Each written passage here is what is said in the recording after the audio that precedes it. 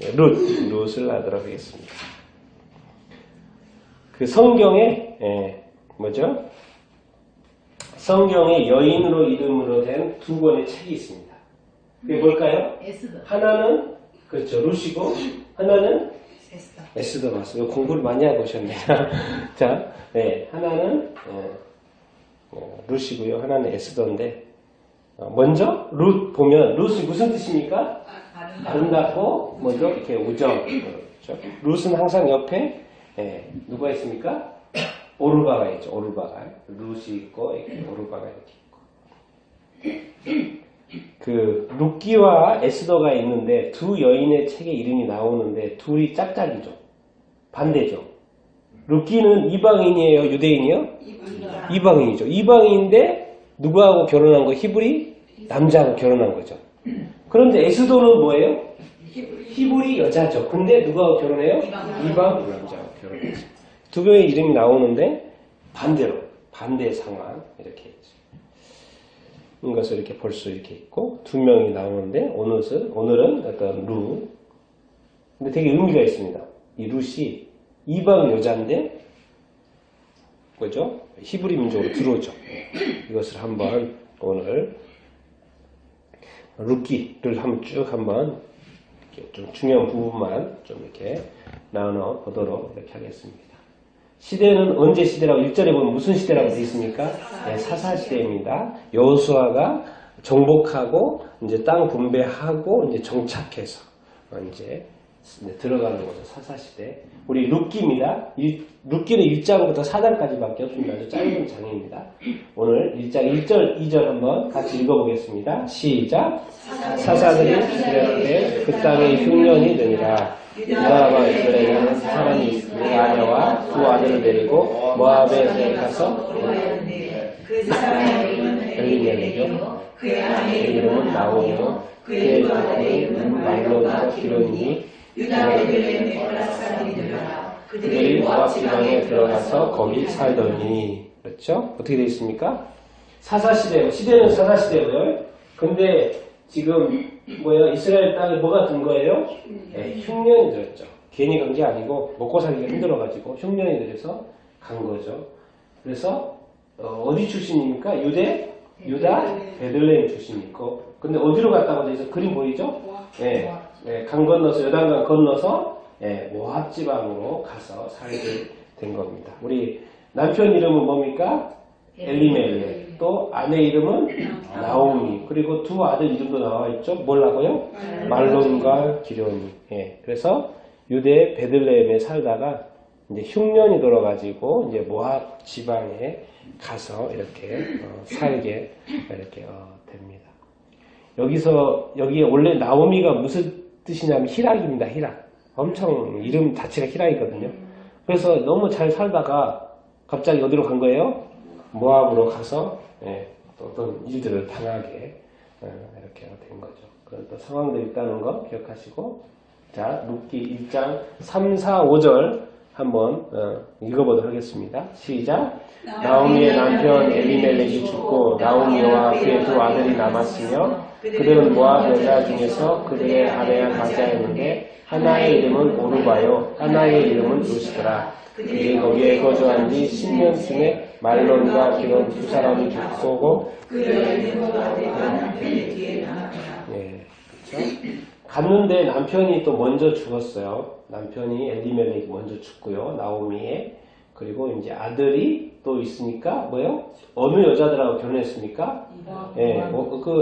유대에 있었으면 유대 남자하고 결혼했겠죠. 근데 지금 모압에 가는 중에 결혼을 이렇게 하는 거예요. 그래서 모압 여자들을 아내로 맞이한 거고, 한 명은 오르바, 한 명은 룻. 둘 중에 한 명이 룻인 거죠. 룻.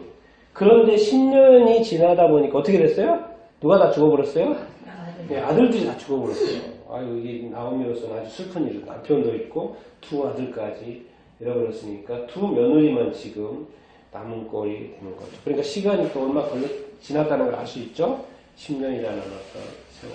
처음에 가서는 아마 즐겁게 이렇게 살았을 텐데 또 시간이 지나고 그러면서 다 남자들이 다 이렇게 죽게 이렇게 되었습니다. 그런데 이제 이런 상황인데 어떤 소식이 이렇게 들려요. 어떤 소식인지 한번 보도록 하겠습니다. 6절, 8절 시작. 그 여인이 모압 지방에서 여호와께서 자기 백성을 돌보시사 그들에게 양식을 주셨다 함을 듣고 이에 두 며느리와 함께 일어나 모압 지방으로 돌아오려 하여 두 며느리도 그와 함께하여 유다 땅으로 돌아오려고 길을 가다가 나오미가 두 며느리에게 이르되 너희는 너희 어머니의 집으로 돌아가라. 예, 제가 뭐 이렇게 중간중간 말들은 좀 뺐고요. 핵심적인 내용만 했는데 이제 여기서 모압에 살다 보니까 뭐 어떤 소식이 들어요? 유대 땅에서 뭐예요? 이제 이 흉년이 해결되어졌다라는 이야기 소식을 이렇게 들은 거예요. 그래서 양식 하나님이 그 백성을 돌보셨다. 그래서 양식을 주셨고 그러니까 이제 누가 돌아가려고 하는 거예요? 나오미가 돌아가려고 하는 거죠. 근데 누가 있어요? 두 며느리가 있어요. 그래서 처음에는 같이 출발한 거예요. 같이 이제 돌아가려고 같이 두 며느리를 데리고 같이 유대 땅으로 이제 돌아가는 길이에요. 그러니까 그런데 이제 나오미가 가다가 생각하는 거죠. 이것이 안 돌아가는 게 낫겠다. 두 며느리는. 그래서 뭐예요? 두 며느리한테 말을 한 거예요. 너희들은 뭐하라? 돌아가라. 왜냐면 내가 이제 나이도 늙어가지고 같이 가봤자 내가 너희들을 잘 돌볼 수 없을 것 같다. 근데 그런 생각을 아마 나오미가 많이 했던 것 같아요. 그러니까는 이 며느리 보고 이제 나무라고 이렇게 이야기를 이렇게 권고하고 이제 또 이렇게 하는 거죠. 나무라고 이렇게 하는 거죠. 그런데 이제 선택이 이렇게 틀리죠. 14, 15절 한번 읽어보겠습니다. 시작. 그들이 소리를 높여 다시 울더니 오르바는 그의 시어머니에게 입을 맞추되 롯은 그를 붙였다. 나오미가 또 이르되 보라 내 동서는 그의 백성과 그의 신들에게로 돌아가느니 너도 너의 동서를 따라 돌아가라 하신다. 자, 오르바가 있었고 또 누가 며느리가 있었어요? 롯이 있었죠. 그런데 오르바는 돌아가요 안 돌아가요? 돌아가요. 근데 입 맞추고 이렇게 슬프죠. 사실 헤어지는 게 슬프죠. 그냥 좋아서 간 게 아니고 그냥 같이 가고 싶은 마음도 이렇게 있지만 그냥 가는 거예요. 근데 입 맞추고 그런데 이제 롯이 어떻게 해요? 누굴 쫓아가요? 이제 나오미를 이렇게 쫓아가요. 성경에 이렇게 표현을 보면 되게 중요하게 놓치지 말아야 되는 게 제가 저기 노란색을 해놨잖아요. 나오미가 또 이르되 보라 내 동서는 뭘 따라 어디로 돌아갔다는데요? 왜 그 땅으로 돌아갔다고 하지 않고 가는 길이 됐으니까 다시 돌아가는 거잖아요. 그런데 성경 이상하게 표현을 이렇게 표현을 해놨어요. 뭐예요? 동서는 뭘 돌아갔다? 백성까지만 해도 되는데 뭘 붙여놨어요? 그 신들에게 갔다라는 표현을 붙여놨어요. 하나님의 입장에서는 그의 신들을 뭐겠습니까? 우상숭배가 되는 거잖아요. 그러니까 은근히 지금 뭘 표현을 하고 있는 거예요? 돌아가는 것이 좋은 것, 안 좋은 것이다? 안 좋은 거라는 걸 은근히 표현하고 있는 거예요. 그냥 돌아갔다 그러면 그렇게 끝내버렸으면 괜찮은데 그들의 신에게도 갔다라는 식으로 그들이 이제 우상이니까 우상 신에게로 돌아갔다라는 식으로 이렇게 표현을 이렇게 하고 있어. 되게 이렇게 이런 또 우리가 성경을 읽으면서 이런 센스가 있어. 그러면 왜 신들이라는 표현인지 우리가 고민해 볼 수 있잖아요. 신들? 그러면 여기 유대 땅에도 신이 있는데 그쪽의 신은 누굽니까? 여호와 하나님이죠. 근데 또 이쪽에도 신들이 많이 있었죠. 근데 표현을 우리가 볼 때는 그냥 돌아간 거였는데 하나님이 볼 때는 뭐 온 거예요? 나를 버리고 어디로 간 거예요? 우상 신들한테 간 거예요. 이렇게 표현한 거예요. 하나님의 책이니까. 하나님의 관점에서 표현을 이렇게 해주는 것이죠. 우리는 단지 헤어지니까 힘들고 눈물 나고 이런 식으로 이렇게 인간적인 접근을 할 수 있지만 성경은 하나님의 책이고 그렇기 때문에 신들이라는 표현을 상에 끼워 넣어놨어. 그러니까 언뜻 드는 생각이 무슨 생각 듭니까? 성경이 신들이라는 단어가 나왔어요? 그러면 뒤에 스토리는 뭐가 연결될 것 같아요? 예? 이스라엘의 신이신 하나님과 연결되겠죠. 이런 힌트가 이렇게 있는 거예요. 이렇게 이제 표현 하나에다. 그러니까 바로 이런 이야기가 나오죠.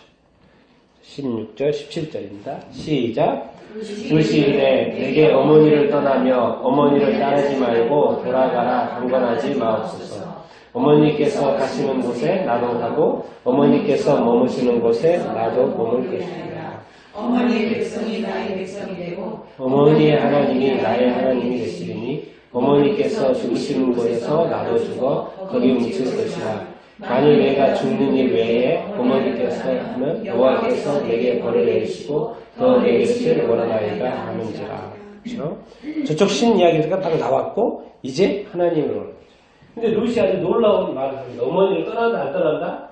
안 떠난다. 그렇게 너무 강권하게 막 떠나라고 말하지 말라고 강권하지 말라고 이야기를 하는 거예요. 근데 그럼 뭐라고 합니까? 어머니께서 가시는 곳에 나도 가고 뭐죠? 어머니께서 머무시는 곳에 나도 머물고 그렇죠? 그런데 더 놀라운 고백을 이렇게 합니다. 뭐라고 그래요? 어머니의 백성이 나의 백성이다. 지금 이 여자 어디 출신이에요 지금? 모압 출신이에요. 모압이 자기 백성들이죠. 그런데 뭐예요? 그 백성을 지금 버리는 거 안 버리는 거예요? 버리는 거죠. 방금 그 전에 뭐라고 그랬습니까? 그의 백성과 그의 신들에게 간다고 했잖아요. 똑같이 표현하고 있죠? 뭐예요? 어머님의 백성이 나의 백성이 되겠다는 거예요. 그리고 뭐예요? 또 어머님의 하나님이 나의 하나님이 되겠다. 이건 엄청난 변화죠. 근데 어떻게 이 룻이 이렇게까지 고백을 할 수 있을까? 어머니의 영향을 받았나? 어머니가 거기 출신이니까 어머니가 이런 이야기를 평소에 많이 하셨나? 그랬을 확률이 높죠. 갑자기 뭐 하나님을 알 수가 없으니까. 어머니의 영향력이 뭐 있었을 것 같고 그 집안의 어떤 분위기가 있었을 것 같고 그런데 오르바는 그냥 떠나는데 뭐예요? 룻은 이런 고백을 해요. 내가 이 백성을 버리고 어머니 백성을 택하겠다. 이쪽 여기에 있는 모압의 신들을 내가 버리고 누구? 여호와 하나님 신을 내가 택하겠다. 엄청난 결단이죠.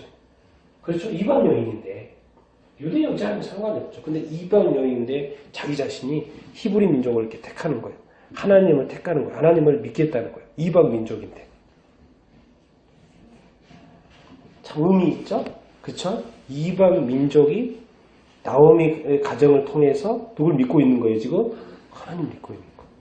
만약에 나오미 가정이 여기를 안 갔다면 그 남편이 죽고 아들들이 죽은 것은 슬픈 일이지만 그들이 죽을 때는 뭐를 죽였겠어? 하나님을 믿는 상태에 죽었을 거 아니에요.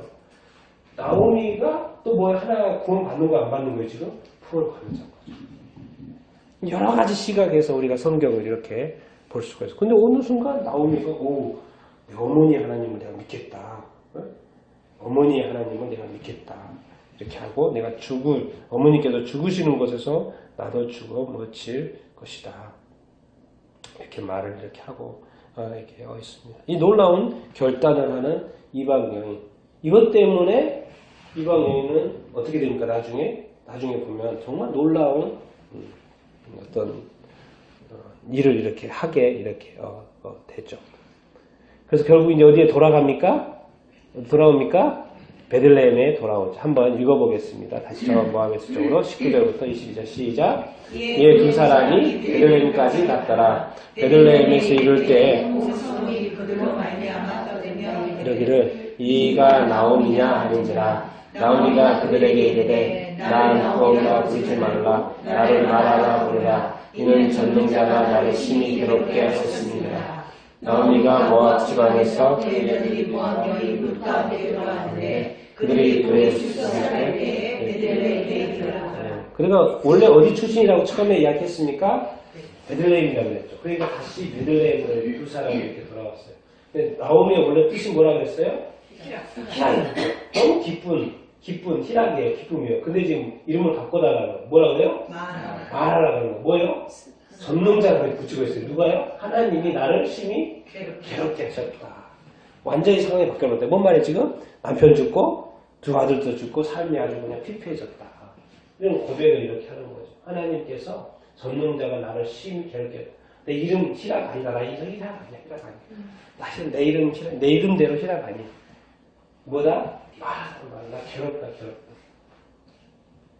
얼마나 이 어떤 이 표현 속에서 그동안의 삶이 얼마나 지쳤을까, 힘들었을까라는 걸 우리가 엿볼 수 이렇게 있죠. 자기 이름의 이름도 바꾸고 싶어 하는 정도로의 그런 어떤 마음이 나오미에게 이렇게 있는 것을 보게 이렇게 됩니다. 그래서 누구를 데리고 왔다는 거예요? 며느리를 이렇게 데리고 이렇게 온 거죠. 근데 돌아왔는데 마치 무슨 때예요? 볼이 추수를 시작할 때. 그렇죠. 참 이걸 이제 하나씩 따져보면 너무 이렇게 볼 게 많아요. 왜요? 베들레헴. 이들이 지금 어디 출신이에요? 베들레헴 출신이죠. 어디로 다시 돌아온 거예요? 베들레헴이요. 베들레헴이 원래 뜻이 뭔지 아시죠? 무슨 뜻입니까? 떡집. 떡집이요, 떡집. 떡집이죠. 예수님이 어디서 태어나요? 베들레헴에서 떡집에서 태어나죠. 떡집에서. 그러니까 나중에 예수님 뭐라 합니까? 내가 생명의 떡이다. 이렇게 말을 하죠. 근데 이들이 돌아왔어요. 이게 이제 조금 이제 나중에 이렇게 연결이 되면 이 베들레헴에서 나중에 이제 나온 뭐죠? 이 루시 또 결혼도 하고 애기가 태어나고 그게 다윗과 연결되고 이게 엄청난 의미가 있는 거죠. 이 베들레헴 자체가. 예수님의 이제 탄생지가 이렇게 되고. 그런데 이 하나님 감사하게도 베들레헴에서 이제 막 돌아왔고 어떻게 보면 이제 모든 것을 가지고 잘 살아보려고 갔는데 돌아올 때 뭘 온 거예요? 완전 빈손으로 온 거예요. 그러니까 이제 상황이 이렇게 좋지는 않죠. 그런데 마치 뭐였다? 볼이 추수할 때였다. 이런 이야기를 이렇게 하고 이렇게 있습니다. 그런데 2장으로 이렇게 넘어갑니다. 그래서 2장 상황이 어떤지 한번 보겠습니다. 1, 2, 3절 시작. 나오미의 남편 엘리멜렉의 친족으로 유력한 자가 있으니 그의 이름은 보아스더라. 모압의 여인 룻이 나오미에게 이르되 원하건대 내가 밭으로 가서 내가 누구에게 은혜를 입으면 그를 따라서 이삭을 죽겠나이다 하니 룻이 가서 그의 자를 밭에서 이삭을 주는데 우연히 엘리멜렉의 친족 보아스에게 속한 밭에 이르렀다. 예. 보아스라는 이름이 나오고 엘리멜렉이죠. 나오미 남편 엘리멜렉의 친족이고 유력한 자고 이름이 보아스예요. 그러니까 지금 이게 이제 룻이나 나오미는 잘 살아요, 못 살아요? 잘 못 살죠. 그러니까 뭐하러 간다는 거예요 지금? 이삭 먹고 살아야 되니까 이삭이라도 주어야 되니까 이삭을 주우러 간다는 거예요. 그런데 이런 표현이 있어요. 룻이 가서 베는 자를 따라 밭에서 이삭을 주는데 뭐라고 돼 있어요? 우연히 어디로 가는 거예요? 엘리멜렉의 진짜 보아스에 속한 밭에 가는 거예요. 이게 우연히 갔습니까? 인도하신 것 같습니까? 그러니까 여기 누구죠? 이 모압 여인 룻의 입장에서 우연히 간 거라고 생각할 수 있죠. 근데 그것을 하나님 보고 계세요? 안 보고 계세요? 보고 계세요. 하나님은 어떻게 보면 하나님의 입장에서는 인도하시는 것이고 또 룻의 입장에서 어떻게 된 거라고 생각하시는 거예요? 내가 이렇게 막 가서 이삭 주고 싶어가지고 찾을 때 이렇게 하다 가서 물어보고 이렇게 하고 근데 알고 봤더니 거기 누구 땅인 거예요? 네, 보아스 밭이었다는 거예요. 이게 참 이 하나님은요 모든 상황을 보고 있고요. 하나님의 계획이 있고 뜻이 있으면 하나님은 다 그때그때마다 이렇게 인도하시는 것을 이렇게 볼 수 이렇게 있습니다. 성경은 우연이라고 기록을 이렇게 하고 있지만 하나님의 인도하심이라고 볼 수 있죠. 더 놀라운 우연이 또 있습니다. 3절, 4절 또 마침 또 누가 와요? 마침 또 누가 온다? 보아스가 베들레헴에서 자기 밭에 와보는 거예요 지금. 이제 마치 또 우연히 또 누구죠? 룻이 거기 가서 이삭을 죽고 있는데 또 그때 마침 또 누가 와요? 보아스가 와요. 이게 뭔가 하시는 것 같지 않습니까? 하나님의 계획이 있고 뜻이 있으면 일이 된다 안 된다? 된다. 하나님이 움직이신다는 거예요. 하나님이 움직이세요. 우리는 이제 모르고 움직이지만 하나님은 어떤 섭리와 계획 가운데 움직이게 하시고 인도하시는 줄 이렇게 믿습니다. 그래서 우연히 마침이라는 단어가 이렇게 나와서 이제 일이 진행이 되죠. 근데 물어보죠. 저 여인이 누구냐고 물어보죠. 5, 6절 같이 한번 읽겠습니다. 시작. 이 누구의 소원이냐니 베는 자를 거느린 사환이 대답하여 이르되 이는 남편께 모압지방에서 올라온 모압 소매인데. 그러니까 이제 어떤 여인이 뭐죠? 소녀죠? 소녀라고 표현이 되는데 보니까 누구냐 그러니까 뭐죠? 나오미와 함께 모압 지방에서 돌아온 모압 소녀다. 나오미 딱 하니까 우리 이제 친족이니까 나오미에 대한 소식을 들었을까요? 안 들었을까요? 들었을 확률이 높죠. 들었어요. 그리고 또 어떤 모압 여자가 같이 왔다는 것을 알고 있었을까요? 몰랐을까요? 알고 있었을 확률이 이렇게 높죠. 그런데 또 설명을 또 모압에서 나옴이랑 같이 왔다. 너라 모압 소녀다. 이렇게 하니까 좀 이렇게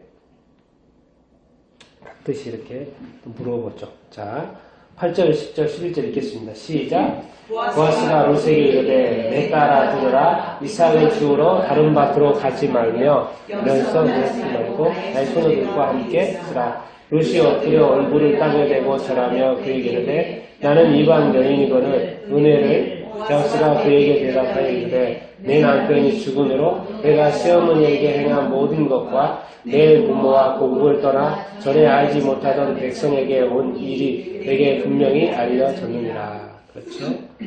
이제 그 룻이라는 것을 알게 됐고, 그러면서 내 딸아 이렇게 이야기를 이렇게 하는 것이고, 그래서 이 밭에 내 밭에서 이렇게 한다는 것은 이렇게 보아스는 이미 어떤 유력한 자라고 하는 거니까 좀 부유한 자고 또 뭐예요? 밭도 좀 있고 좀 부자인 것을 알 수 있죠. 그래서 내 밭에 계속 있으라고 말을 하고 또 밭에서 일하는 많은 소녀들이 있으니까 같이 이렇게 있고 그래서 같이 먹고 뭐 이런 식으로 계속 이야기해요. 근데 이제 룻의 입장에서는 자기는 진짜말로 이방명이잖아요.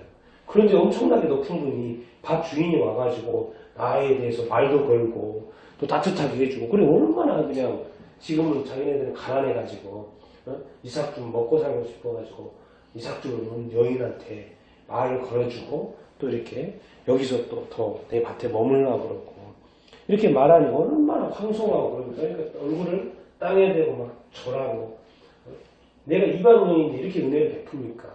나를 돌보시니까 너무 그냥 황송하다 그런 표현이 진심이었겠죠. 진심이었겠죠. 이제 막 와가지고 뭣도 잘 모르겠고 먹고 사는 것도 막막하고 그런 찰나에 이렇게 막 나한테 환대를 해주니까 근데 또 이렇게 친족이고 그런데 왜 이렇게 했다는 거예요? 왜 도대체 이렇게 하는 거예요? 갑자기? 보아스가? 11절에 이유 때문인가? 이걸 들은 거죠. 뭐예요? 내가 시어머니가 행한 모든 것. 시어머니 알죠? 들었는데 누구예요? 남편 다 죽어버렸고 두 아들도 죽어버렸고 어떻게 보면 아주 처량한 신세에 있는 시어머니인데 그 시어머니를 버리지 않고 뭐예요? 그 옆에서 돌봤고 뭐했던 그런 어떤 이야기. 그리고 너무나도 훌륭한 며느리라는 그런 어떤 이야기를 들은 거죠. 그리고 뭐예요?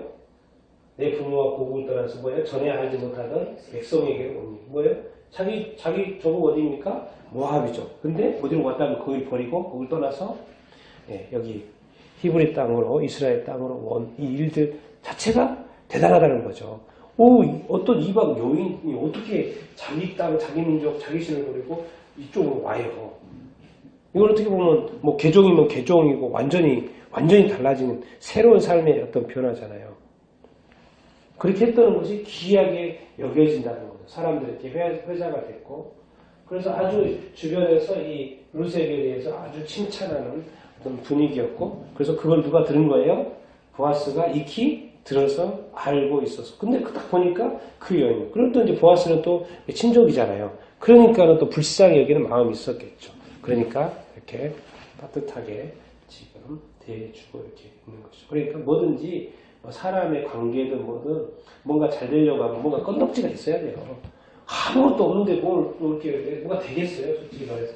그러니까 안 그러니까 우리 삶도 열심히 살고 또 뭐 베풀 때도 베풀고 뭐 하고 또 최선을 다하고 뭐 이런 것 좀 있어야지 사실은 뭔가 더 이렇게 더 잘 이렇게 풀어질 수 있고 더 잘 될 수 있고 이렇게 그러는 것이죠. 그러니까 이 소식을 들은 또 보아스도 마음이 좋았던 것이죠. 근데 마치 또 만났고 그러니까 또 이런 상황이 또 연출이 되는 거예요.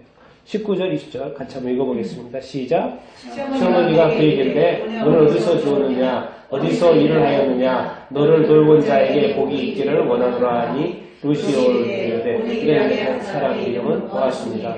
나오니가 자기 며느리에게 이르되 그가 살아있는 자와 죽은 자에게 은혜 베풀기를 그치지 아니하느냐 너와 나도 또 그에게 이르되 그 사람은 우리와 가까우니 우리 기업을 물을 자의 중에 하나이다 하니라. 이게 뭐요? 엄청 가져온 거예요. 나가서 이삭주기 주어봤자 조금 가져올 텐데 사실은 그 이야기 보면은 여기서 같이 먹고 더 챙겨줘 가지고 엄청 배도 불렀다고 이렇게 성경이 표현됩니다. 배도 부르고. 그래서 또 보아스가 그러는 거예요. 그 이삭 죽는 거 또 볏짚 사이에서도 죽게 하고 또 막 떨어뜨려 줘라. 떨어뜨려 줘. 집 아무거나 줄 수 있도록 떨어져. 아마 채운 게 줘라. 그런 거죠. 지시도 하고. 그래서 막 엄청 죽는 거예요. 그래서 막 많이 타작해가지고 왔더니 오 이게 시어머니가 깜짝 놀래. 뭘 이렇게 많이 가져왔냐. 어떻게 된 거냐. 오늘 어디서 갔다 왔냐. 어디 갔다 왔냐. 했더니 누구라 그래요? 보아스라고 이렇게. 그러니까 나오미가 너무 감사한 거죠. 살아있는 자 죽은 자에게 은혜 베푼 거. 정말 뭘 주지 않고 너무 고맙다. 그런데 나오미는 알죠. 누구를 알아요? 보아스를 알죠. 보아스가 딱 누구는 어떤 단어가 바로 나오니까 우리의 기업을 물을 자. 이제는 머리가 돌아가는 거죠. 아, 이 사람은 우리가 지금 가난해서 어떻게 할 수 없지만 이 사람은 우리의 기업을 물을 수 있는 자다. 우리의 기업을 이렇게 해결해 줄 수 있는 자다.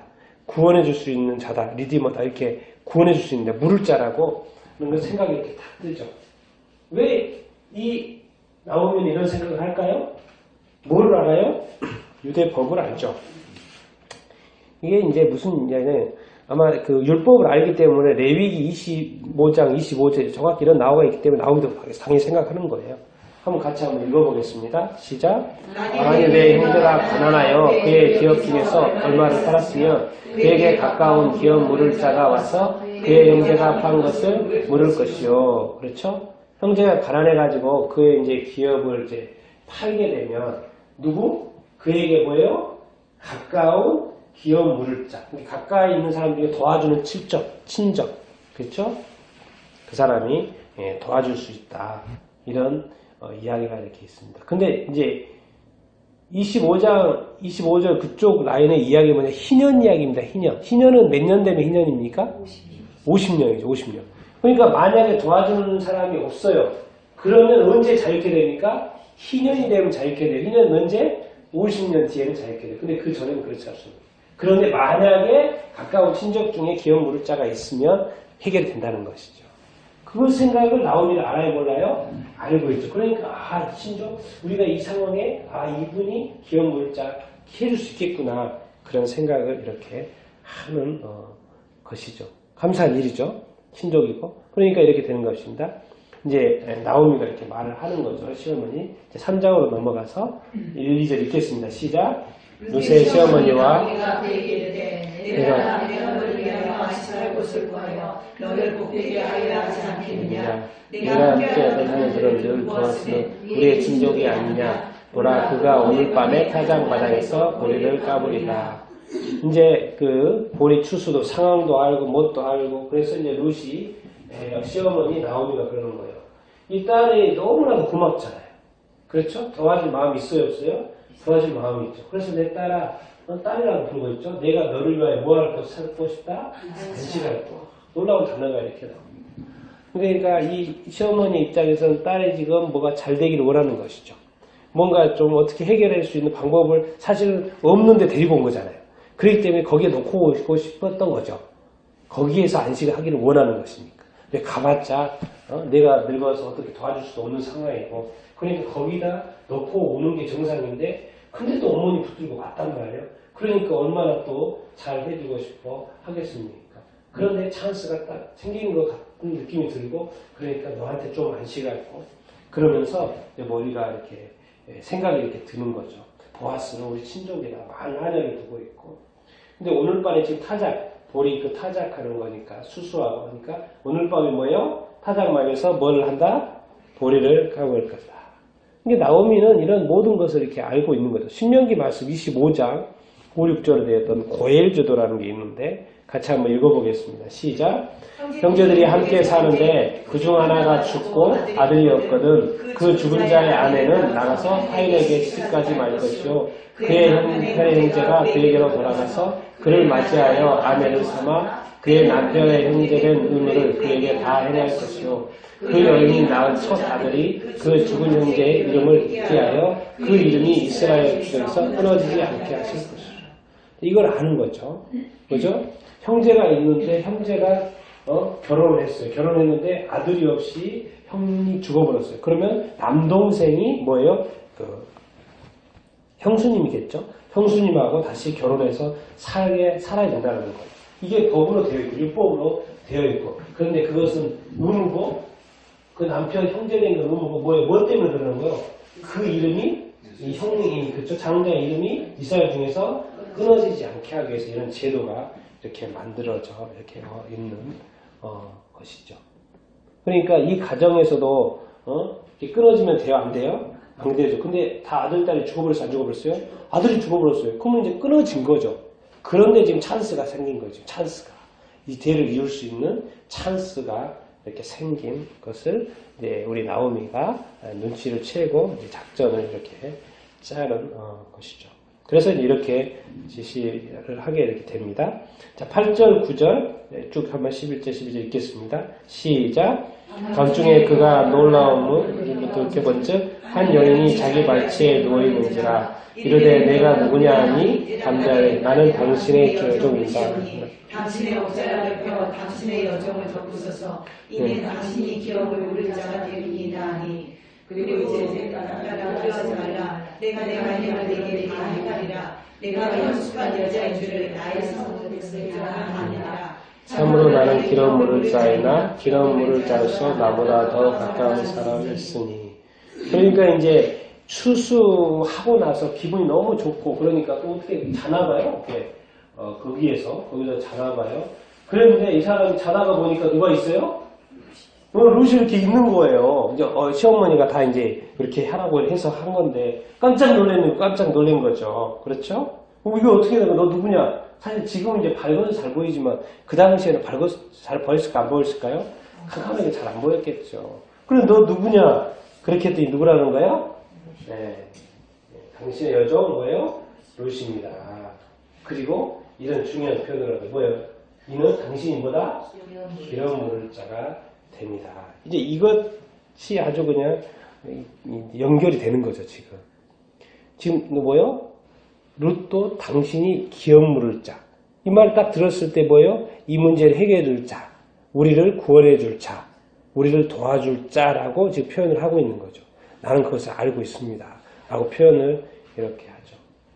근데 왜 이제 이렇게 잘 이렇게 반응을 또 합니까? 우리 그 보아스 입장에서는 다 표현이 되어 있죠. 11절에. 원래 어떤 여인이라는 걸 지금 알고 있어요? 성숙한 여인이라는 소문이 이미 다 소용이 났고 너무 이렇게 훌륭한 여인이라는 그런 소문이 나서 백성들도 이미 다 알고 있다라는 거예요. 그래서 나는 어떻게 보면 마음은 뭐예요? 기름 바로 물고 싶다 안 싶다? 물고 싶은 거예요. 그런데 순서가 있고 법이 있어요. 뭐예요? 자기보다 더 가까운 친족이 있다라는 거예요. 자기보다도 더 가까운 친족이 이렇게 있다고 이렇게 말을 하고 있어요. 율법에도요, 만약에 이렇게 기업을 물으려고 하는 사람은 좀 돈이 있어야 돼요? 없어야 돼요? 있어야 돼요. 돈도 있어야 되고, 권력도 좀 이렇게 힘도 이렇게 있어야 이렇게 되고, 상속할 수 있는 재산도 좀 있어야 되고, 그냥 아무나, 재산도 좀 있어야 되고, 좀 능력도 있어야 이렇게 되고, 이렇게 친족 남자에 대한 어떤 율법 조건들이 있습니다. 1차적으로 성석하려고 하는 마음이 있냐? 마음이 있어야지 할 거 아니에요. 하기 싫다 그러면 나중에 이제 하기 싫다고 하거든요. 하기 싫다고 하면 돼요? 안 돼요? 안 되는 거죠. 그럼 패스가 되는 거예요. 그 사람한테. 먼저 하고 싶어 하는 그런 상속하려고 하는 마음이 좀 있어야 되고 그리고 상속하려는 권한이 있어야 되겠죠. 아무나 그럼 내가 할게 이렇게 할 수는 없다는 거죠. 그런 권한도 있어야 되고 그렇지만 상속할 수 있는 능력도 있어야 되고 또 무엇도 있어야 된다? 재산도 또 이렇게 있어야 되죠. 율법에 그런 조건이 있습니다. 아무나 또 할 수도 없는데 하게 하신 또 이렇게 않고 그랬더니 또 마치 또 보았으면 그런 능력이 있어요 없어요? 있어요. 그리고 보니까 이 여인은 또 뭐요? 아주 현숙한 여인으로 또 이렇게 소문이 이렇게 나와 있고 그러니까 또 안 할 이유가 이렇게 없고 또 이 가정의 대를 또 이해해야 돼 안 이해해야 돼요? 예, 하나님 말씀의 이 대가 끊어지면 안 된다고 그랬으니까 끊어지고 근데 모든 것이 지금 좋은 뜻이고 다 모든 것이 잘 풀어져 가요. 그런데 문제를 하나 해결해야 되는 게 뭐예요? 자기보다 더 가까운 문제 예? 가까운 친족이 있다는 거예요. 그래서 이제 4장으로 이렇게 이렇게 집니다. 그래서 이제 빨리 이제 일을 진행을 하죠. 이 4장 1절, 2절 읽어보겠습니다. 시작. 보아스가 성문으로 올라가서 거기에 앉아 있더니 마침 보아스가 마르던 기업 물을 자가 지나가는지라. 보아스가 그에게 이르되 안무개여 이리로 와서 앉으라 하니 그가 와서 앉으매 보아스가 그 성읍 장로 10명을 청하여 이르되 당신들은 여기 앉으라 하니 그들이 앉으니.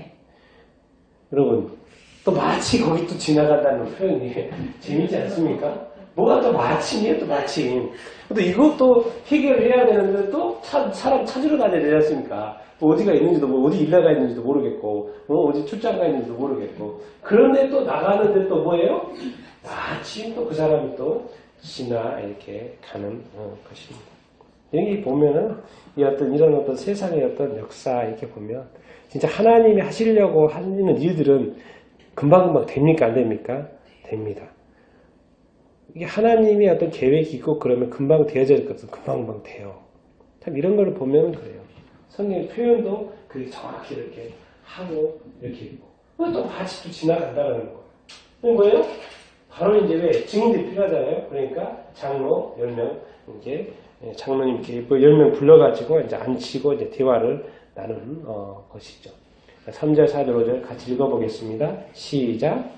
보아스가 그 귀한 물을 자에게 이르되 모압 여자에서 돌아온 나오미가 우리 형제 엘리멜렉의 소유를 팔려하므로 내가 여기 앉은 이들과 내 백성의 장로들 앞에서 만일 내가 물으려면 물으려니와 만일 내가 물으려지 아니하거든 내게 구하여 알게 하라. 그 다음은 나요 그 외에는 물을 자가 없느니라 하니 그가 이르되 내가 물으리라 하시니라. 보아스가 이르되 내가 나오미의 손에서 그를 같이 사는 날에 그 죽은 자의 아내 모압 여인 룰에게 가서 그 죽은 자의 기업을 그의 이름으로 세워야 할지니라 하니. 그 뭡니까? 이제 좀 이렇게 번역이 좀 그런데 보아스가 그 이제 기업 물을 자에게 물어보는 거죠. 우리 형제 엘리멜, 그쵸? 엘리멜의 남편, 죽은 남편의 소유지를 판다. 이제 제대로 보면 또 소유지의 일부를 파는 걸로 돼 있어요. 소유지를 팔려고 이렇게 하는데 물을 거냐 안 물을 거냐 물어보는 거죠. 사람들, 증인들 앞에서. 그런데 뭐라 그래요? 자기가 모르겠다 그래죠. 그렇죠? 그런데 이제 보아스가 한마디 더 하죠. 뭐까지 물어야 된다?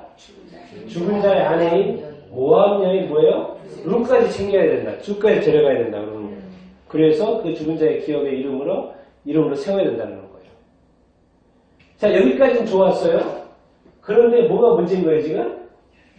네, 모압 여인 이방 여인 룻까지 챙겨서 그 죽은 자의 기업의 이름을 세워야 된다는 이게 부담이 되어야 한대요. 저 사람이 갑자기 오케이 지금 여기서 표정이 좋잖아요. 오케이 내가 할게 그랬는데 갑자기 무슨 얘기가 나오는 거예요? 모압 여인 룻 이야기가 딱 나오는 거예요. 그 밭만 소유만 하면 될 것 같은데 해결하면 될 것 같은데 여기까지 이방 여인까지 그리고 그 후손까지 자기가 생각하려고 하니까 일이 복잡해요. 그렇게 복잡해요? 쉽잖아요. 그래서 이제 성경은 이것은 이 기업하겠다고 하면 내가 손해날 것 같다는 표현이 손해라는 표현이 있어요. 손해날 건 계산을 머리로 계산이 딱 되는 거예요. 그러니까 한다 안 한다? 안 한다는 식으로 자기가 이렇게 표현을 이렇게 정확히 이렇게 합니다. 안 한다 그래요. 그래서 이제 어떤 그런 어떤 증거의 표현을 이렇게 하죠. 그 전례가 있습니다. 그래서 7절, 8절 시작. 일적 이스라엘 중에는 모든 것을 모르거나 교환하는 일을 확정하기 위하여 사람이 그의 신을 벗어 그의 이웃에게 주더니 이것이 이스라엘 중에 증명하는 전례가 된지라. 그의 기름 물을 자가 보아스에게 이르되 내가 너를 위하여 살아하고 그의 신을 보았느니라. 그렇죠? 뭔가 이렇게 증거가 있고 확증 뭐가 있어야 되잖아요. 표시라는 게. 근데 그것을 뭐를 벗어주는 거래요? 신발을 벗어주는 거. 또 누구 앞에서 하는 거예요, 지금? 많은 장로들 앞에, 사람들 앞에서 실제로 신발을 이렇게 벗어주고. 자기가 이제 안 한다고 했지 않습니까? 안 한다고 했고, 그래서 자기 신발을 벗어서 그에게 이웃에게 주는 거죠. 그러니까 이제 뭐예요? 증명이 된 겁니까? 안 됩니까? 증명이 이렇게 되죠. 그러면 이제 이게 누구한테 넘어간 겁니까? 가장 가까운 친족에서 누구한테 넘어간 거예요? 보아스에게 넘어간 거죠. 우리 7절, 8절 읽어보겠습니다. 시작. 내적에 하거나 교환하는 일을 확정하기 위하여 사람이 그를 집어서 그리스도에 쓰니 이것이 증명하는 전례가 된지라. 이에 그 귀한 물을 자가 보아스에게 이르되 내가 너를 위하여 살아하고 그의 신을 벗는지라. 그렇죠. 똑같은 거 아닙니까? 똑같은 거죠. 그래서 이제 어쨌든 두 사람이 신을 받았어요? 안 받았어요? 네, 이제 보아스가 신을 이렇게 받았죠. 그런데 이게 이제 이렇게 되는 거죠. 자, 우리 마지막인데 13, 16, 17 한번 읽어보겠습니다. 시작. 이에 보아스가 룻을 맞이하여 아내로 삼고 그에게 들어갔더니 여호와께서 그에게 임신하게 하심으로 그가 아들을 낳는지라. 나오미가 아기를 받아 품에 품고 그의 양육자가 되니 그의 이웃 여인들이 그에게 지어주매 나오미가 아들을 낳았다하여 그의 이름을 오벳이라 하였는데 그는 다윗의 아버지인 이새의 아버지였다. 표현이 이렇게 되어 있습니다. 이에 보아스가 룻을 맞이했죠. 이제 그걸 다 해결했으니까 뭐요? 아내로 삼았죠. 그에게 들어갔더니 누가 했다는 거 표현이 나와요? 누가 했다고 표현하고 있어요? 네, 보아스가 룻과 결혼했다 이렇게 표현하지 않고 결혼했다는 걸 한 거죠. 근데 거기에 누가 간섭하고 있다는 거예요. 지금 여호와께서 그에게 뭐 하겠다? 임신하겠다. 그 아들을 준 건 누구다 지금?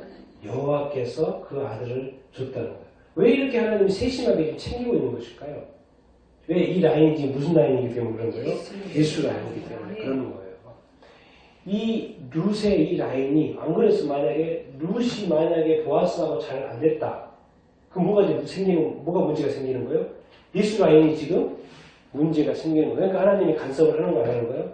간섭을 하는 거예요. 그러니까 사람이 우연히 때마침 일이 탁탁탁탁 진행이 되고 그 사람이 또 안 하게 되고 또 보아스가 울게 되고 그리고 또 아내를 또 맞이했더니 여호와께서 또 딸만 계속 주는 게 아니고 뭘 줘요? 아들을 또 딱 줘요. 그래서 나오미가 아들을 키우고 그렇죠? 그 다음에 태어난 아들이 누굽니까? 오벳이요. 오벳 아들이 또 누구였어요? 이세 아들이 누굽니까? 다윗이요. 다윗 라인까지 이렇게 가는 거예요.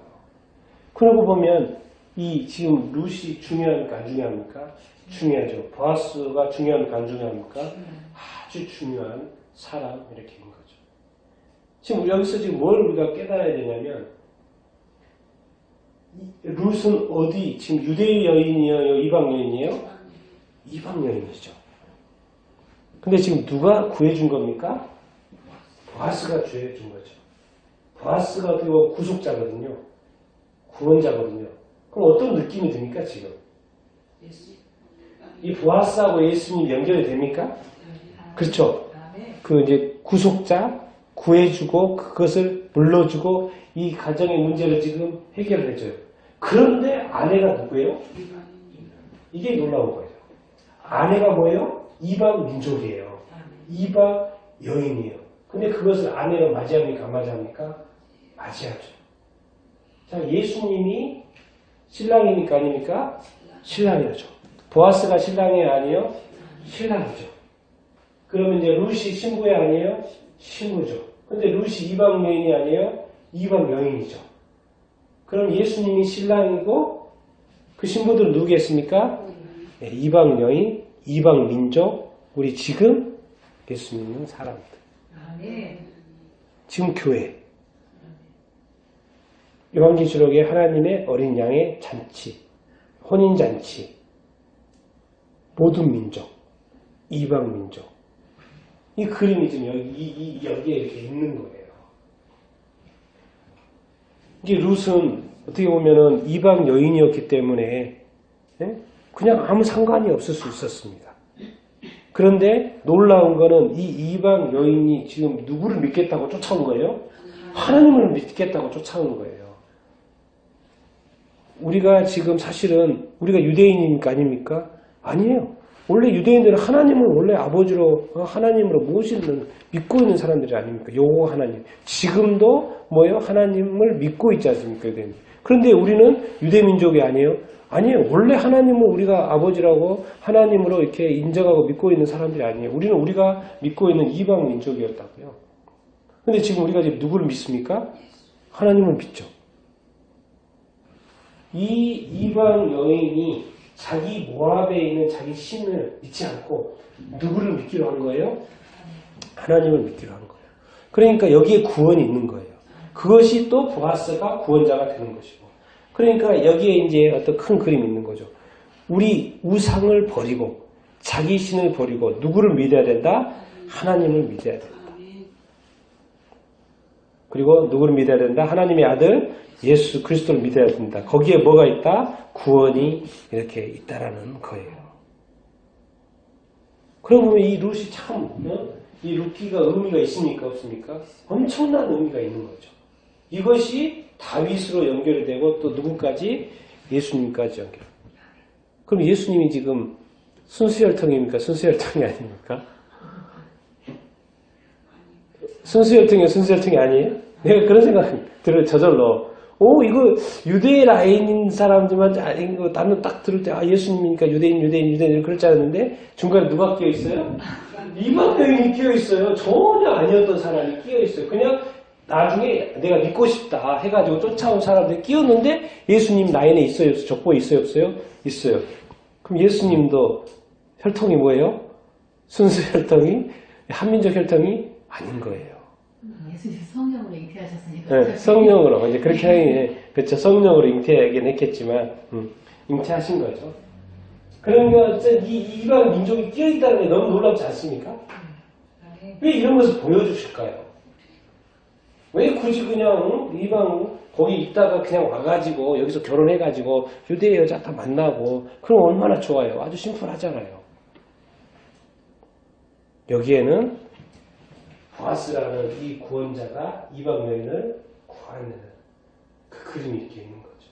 예수 그리스도가 이방 민족, 예수 그리스도가 우리를 전혀 알지도 못하고 다른 민족이고 다른 지역에 살고 모압이 다른 지역 살아 다른 지역이잖아요.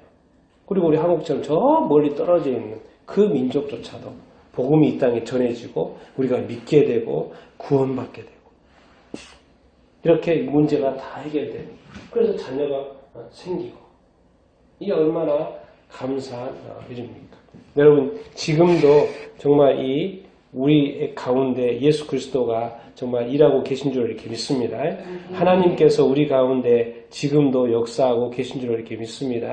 하나님의 역사는 하나님의 구원 역사는 이 이방 민족을 사랑하고 아직도 예수 그리스도를 믿지 않는 이 사랑의 역사는 지금도 진행형인 줄 이렇게 믿습니다.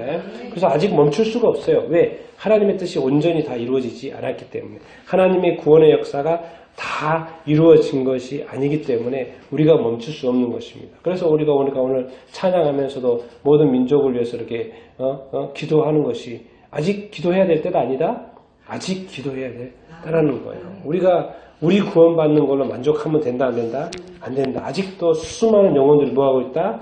지옥에 갈 상황에 이렇게 처해 있습니다. 그래서 그 사람들을 위해서 우리가 계속 이렇게 기도해야 되는 줄 이렇게 믿습니다. 그래서 하나님께서 이 룻기라는 걸 통해서 이 룻이라는 이 여자를 통해서 너무나도 좋은 그림 그리고 예수님의 어떤 족보에 들어있는 어떤 그림. 나는 여러분들을 우리 룻과 같은 사람들이 다 될 수 있게 되길 바랍니다. 그래서 뭘 해야 한다는 거예요 지금? 우리를 통해서 뭐가 쭉 나와야 된다? 예수 믿는 사람들이 쭉 나와야 된다는 거예요. 우리가 다 예수 믿고 다 끝나는 것이 아니라 우리를 통해서 뭐예요? 복음이 전달되어서 예수 믿는 사람이 계속 자자손손 쭉 이렇게 나와야 돼요. 우리 자녀들 또 당연히 예수 믿어야 되는 것이고 또 다른 사람들도 다 예수 믿는 사람들의 자녀들 계속 생겨야 되는 줄 이렇게 믿습니다. 그러면 그렇게 되려면 룻처럼 누구를 다 믿어야 돼요? 하나님을 믿어야 돼요. 예수님을 다 이렇게 믿어야 돼요. 여러분 우리가 가지고 있는 믿음에 흔들리지 않게 되기를 이렇게 바랍니다. 그리고 이 믿음이 나의 믿음이 더 이렇게 성장하고 열매 맺어서 다른 사람들에게도 확장되고 전달되어지는 그런 삶을 여러분들이 다 살 수 있게 되기를 예수님의 이름으로 축원드립니다. 그래서 이제 이게 해피엔딩으로 끝나죠. 우리의 삶도 우리의 어떤 영적인 삶도 해피엔딩으로 끝나야 됩니까? 안 나야 됩니까? 그렇게 끝나야 되죠. 또 하나님이 주님이 다 그렇게 하실 줄 이렇게 믿습니다. 그런데 룻처럼 결단이 있어야 돼 없어야 돼요? 있어야 돼. 내가 그걸 선택하는 결단이 있어야 됩니다. 그래야지 뭔 일이 일어나는 거예요. 그런데 하나님은 그렇게 결단했더니 다 준비를 해놨어요? 안 해놨어요? 다 준비를 해놨어요. 그러니까 그 어떤 도전을 해가지고 가봐야지 하나님이 놀라고 해서 가난해가지고 어떻게 살까? 엄마도 시어머니도 가면 고생할 걸 알고 안 데려가려고 했는데 그래도 붙들고 갔더니 뭐가 있어요? 놀라운 하나님의 섭리가 있었던 것을 발견하게 됩니다. 그러니까 우리의 믿음이 있다면 계속 고한다에 전진하는 거예요. 뒤돌아 갈 필요 없습니다. 다시 모압으로 가면 안 돼요. 다시 과거로 가면 안 됩니다. 다시 다른 거 생각할 필요 없어요. 앞으로 갑니다. 쟁기를 잡고 어디로 가요? 뒤돌아보지 않고 어디로 가요? 앞으로 갑니다. 새로운 삶을 위하여, 새로운 도전을 위하여 하나님의 섭리를 하나님 일하실 것을 믿고 그렇게 앞으로 전진해서 하나님께서 큰 예비하신 것을 섭리를 맛보는 여러분들이 다 될 수 있게 되기를